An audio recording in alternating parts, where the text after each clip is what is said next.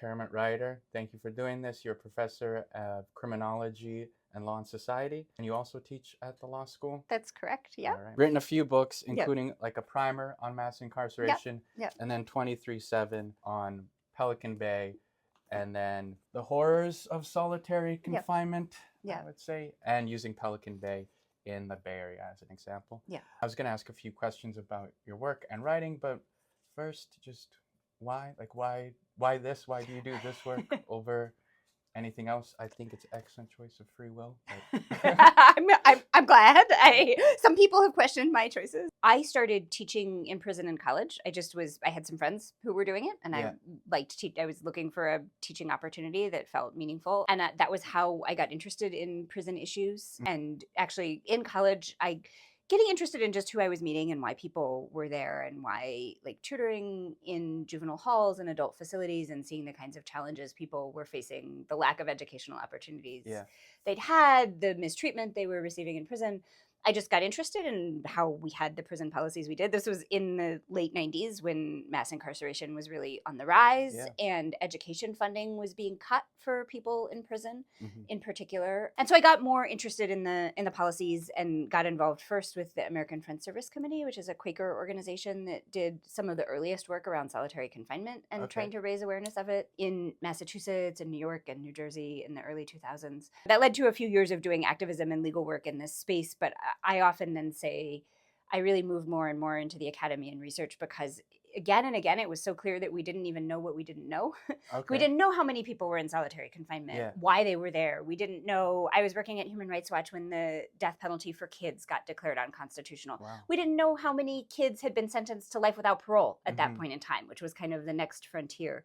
So lots of pieces of really basic information that advocates needed to think differently we didn't have, and that moved me, I think, more and more into spaces of thinking about how can we understand better what the experience of incarceration is, how we got here, how can we bring voices that often aren't really heard back into the conversation in more direct ways. And so that's how my work has evolved from teaching. I still do teaching. I still do education work in prison. You said like during college, a lot of it came about. Did you feel at any time that this is like a less sympathetic population? For example, interviewed for a public defender, and that always came up. Like, how do you feel about defending someone with a record? Certainly something that I hear a lot, especially doing work around solitary confinement and people who've committed really serious crimes. It was never intuitively correct to me. I think maybe before I first started spending a lot of time in prison, it's hard to remember that time.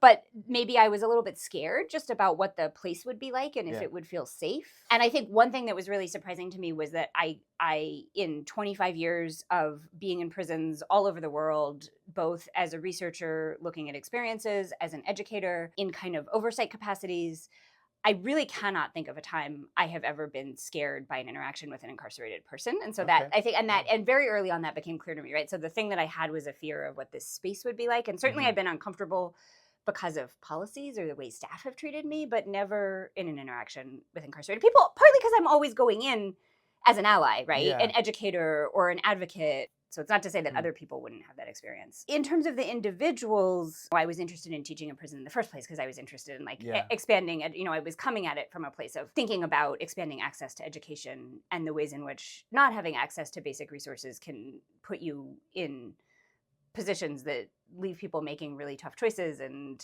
make them look perhaps scarier than they are in the big picture. So I think I came at it from a perspective of thinking about, like, from the very earliest points of thinking about what it means to have or not have educational opportunity. And that's just a different frame from what it means to have or have not committed a serious crime, right? I was orienting to it in terms of the resources people didn't have and how they might be different if they had those resources. I just think of crime and criminology in general and what gets punished, what doesn't. It's in the book, like, certain people commit a crime but serve way shorter sentences. At least for me, I have always approached studying crime with a real question about who's defining what constitutes a crime, and then who's imposing that definition. Defining and imposing the label crime or criminal is always a choice that has a political component to it. And I think that understanding perhaps can help people think a little bit differently. It's not to say that there aren't things we should prohibit and there aren't people who do things that are dangerous to society. It's just to say that when we think about how we leverage those categories, we often don't think very critically. We often assume that they're objective somehow. Yeah. And I think at least right now there's an understanding that those are very subjective categories. Yeah. Just in the wake of like Black Lives Matter and a lot of that, I think it comes up a lot more. So I don't know. I'm slightly concerned that there's all this stop of like critical race theory and thinking of race in general, just broadly, because I don't know, it seems more relevant than ever. I think people are really grappling with how to define and impose all kinds of categories, right? And maybe we're experiencing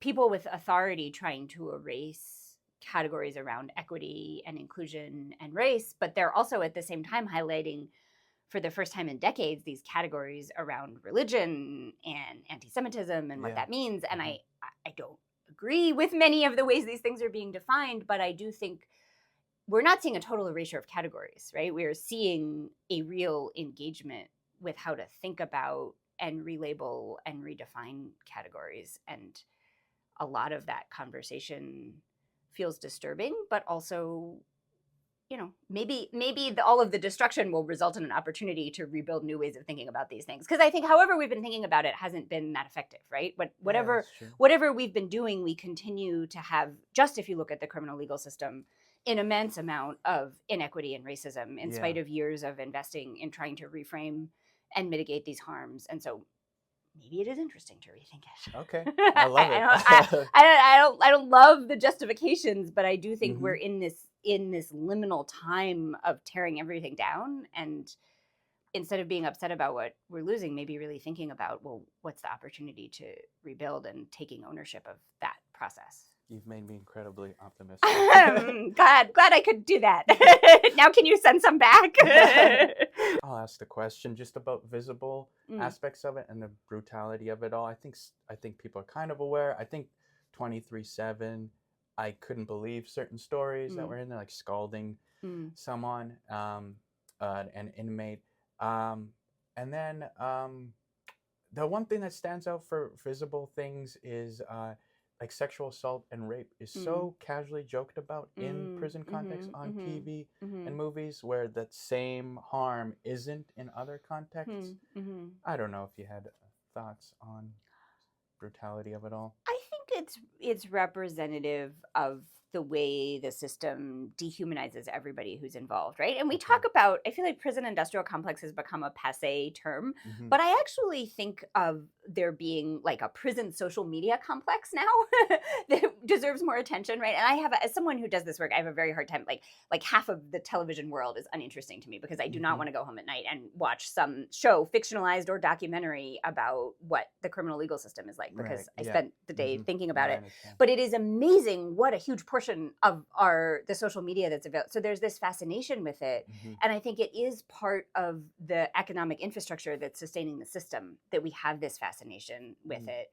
And I think things like the sexualization of people in prison or the interest in the brutal conditions, it's a kind of voyeurism that is both made possible by dehumanization and reimposing dehumanization. And I think sometimes there's a tendency then to say, oh, it's the prison staff who are dehumanizing, or it's the videographer who's dehumanizing. But I think really understanding it as structural, right? That in order to go to work every day in a place where you're keeping people in cages and you don't have the tools you need to do that safely or to mitigate the harms they're experiencing, it is really hard to wake up and do that job every day and not see them as less than human, right? Because the less human you see those folks you're containing and caging, the easier your job becomes. And so I think it's understanding it more as a natural effect of the institutions we've built, as opposed to like some individual making some choice, I think can be helpful to then, instead of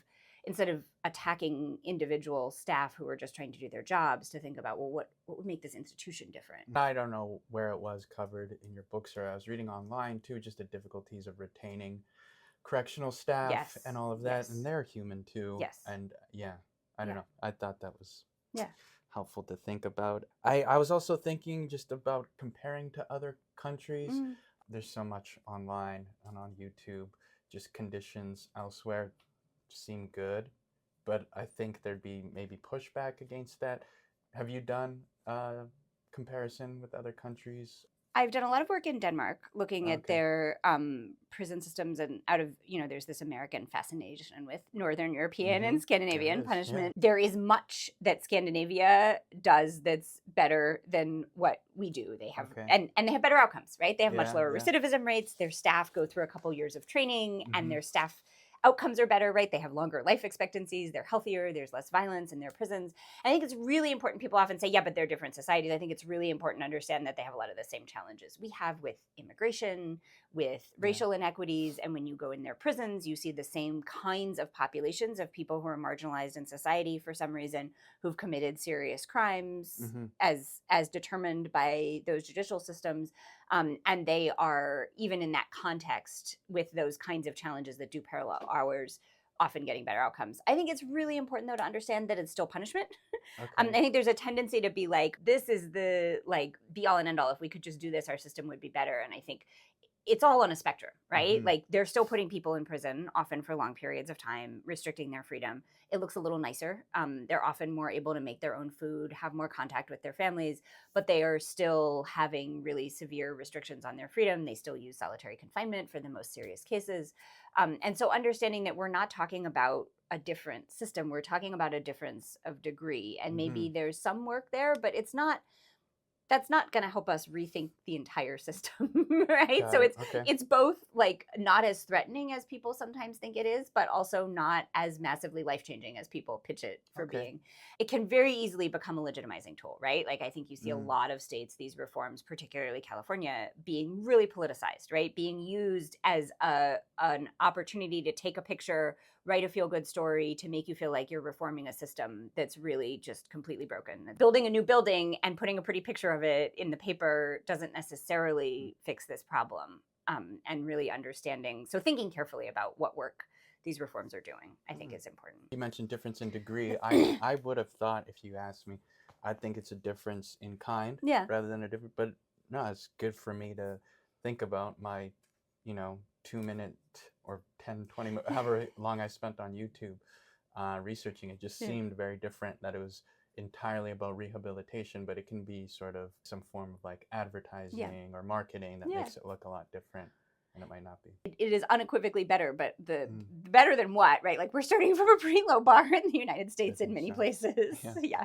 Before I ask about like a closing and optimism, I was going to ask about the privatization, because it came up, and I don't know, I find that comes up. I'm online all the time on Twitter, and so people talk about private prisons a lot. It's like 10% of prisons are privatized. I just felt like the problem is so huge and broad that focusing on private prisons can be a bit misleading, but I don't know. It's obviously, there's something inherently wrong with profiting from imprisoning people. I often say two things about privatization, and I get this a lot in the context of talking about histories of solitary confinement, because people are often like, oh, how many of those facilities are privatized? And the answer with solitary confinement is none, because it's really expensive to keep people in solitary. So it's not the kind of thing that private prison providers are bidding on. And you're exactly right. When we're thinking about like the 2 million people in prison in the United States, largely in state prison facilities, fewer than 10% of them are in private facilities. So it has this kind of outsized idea as a thing that people have mobilized around that's potentially disturbing. It's not the dominant experience of people who are sentenced in American courts for crimes they committed on American soil. I think the first important thing I would say about privatization is that is not true for immigration detention, right? So in part because private prisons have faced a lot of pushback in states like California, they have moved largely into immigration detention. And so the vast majority of immigration detention facilities are private. And it's part of why I think it exemplifies some of the problems with privatization, right? The ways in which we don't know who's in immigration detention. It's really hard to find people. We don't have good data about it. The more privatized things are, the more hidden they are, right? It's not even clear whether they're subject to public records requests in the way a state prison is. Okay. So that's very disturbing. That is, yeah. I didn't know that. And when you think about the people interested in expanding immigration detention or things like sweeps of undocumented folks or expanding the scope of what's deportable, there's a huge financial interest from the private prison folks in expanding those beds and keeping those beds full. And so understanding that we've created a system in which certain policies that are potentially very oppressive have major financial interests backing them and lobbying. So many aspects of incarceration, again, that are hidden are privatized, right? I mean, one of the biggest is telecommunications in prison. It used to be that a 10-minute phone call from prison could cost upwards of $100. And there was an amazing movement to limit that with the Federal Communications Commission so that now most phone calls from prisons, even out of state, are a couple cents a call. It's still much more than any of us pay on our cell phones, but at least it's not bankrupting families literally for communication.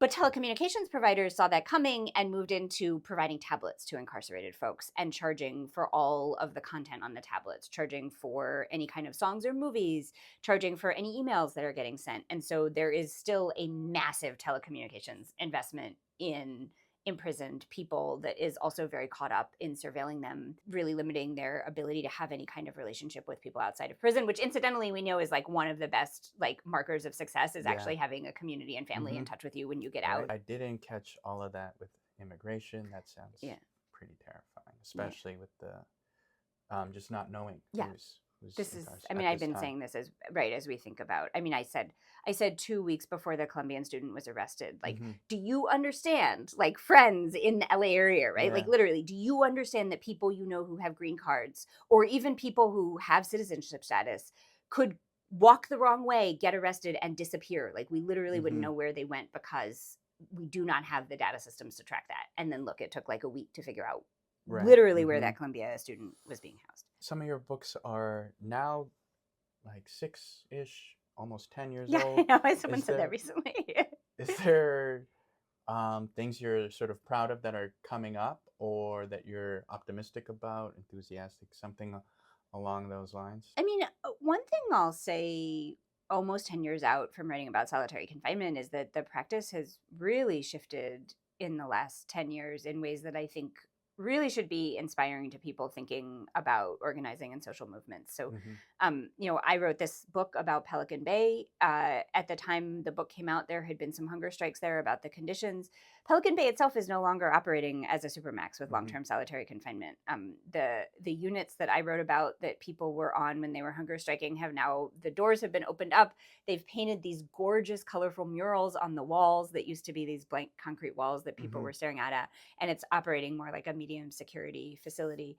And a lot of those guys who I write about, you know, there were more than 500 who'd been in solitary for more than 25 years. Many of them are in general population, have been released from prison. Some of them are in the college program I run.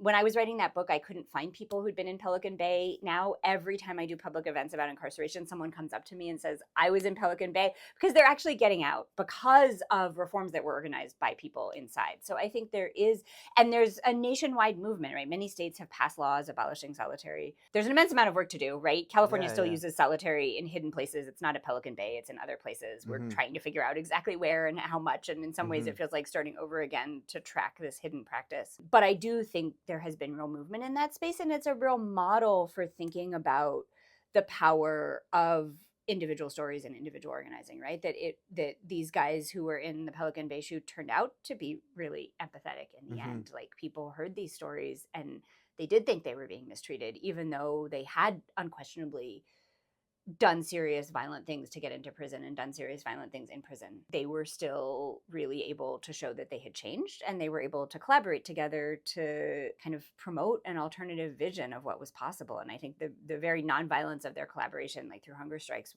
was really powerful for showing that there were other ways to think about this. Just the power of those individual stories, the power of people coming together and imagining a different way and organizing for it. I think those are important things to remember are possible right now, especially when it can feel like there's like a set of rules that aren't fair that are being enforced willy-nilly and that we might feel helpless about. I think it's important to remember that that's, you know, that is not true. There are always really powerful stories to be told and leveraged and counter narratives.